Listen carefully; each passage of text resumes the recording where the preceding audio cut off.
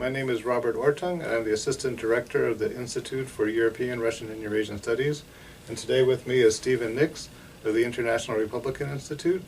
And I wanted to ask Stephen about Kremlin propaganda in Ukraine. So the Kremlin has said quite loudly and quite often that there's strong support for Russian intervention in Ukraine and the annexation of Crimea. I was wondering, what did your public opinion polls tell you about that among Ukrainian citizens? Sure. Well, thank you, Bob, for that question.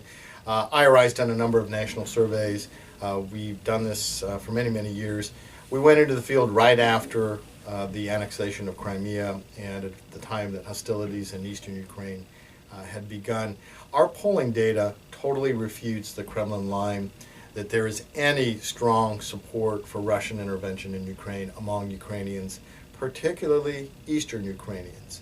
The data totally refutes that. The vast majority of Ukrainians do not support Russian intervention. And even when we went into eastern Ukraine to do interviews, the vast majority of Ukrainians in eastern Ukraine do not want Russian intervention in their country. Quite to the contrary, the vast majority of Ukrainians would like to see Ukraine as a sovereign, independent state. Mm-hmm. Okay, and how do the Ukrainians feel about joining NATO and joining the European Union? Mm-hmm. Very interesting trends and a lot of movement.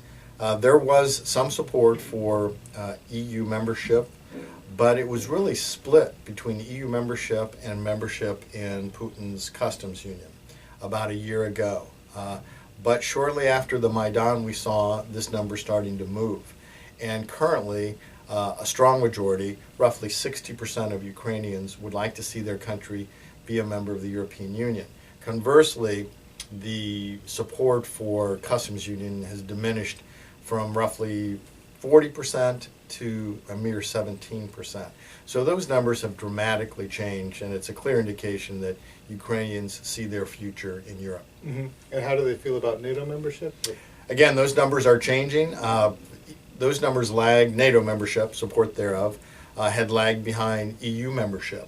Now we see for the first time, our most recent poll, that there is a plurality of support for NATO membership in Ukraine today. So again, very important trends being shaped by events that again makes one draw the conclusion that Ukrainians view their future as being part of Europe. Mm-hmm. All right, well, thank you very much for joining us today. Thank you, Bob. Thank you for having me. Sure.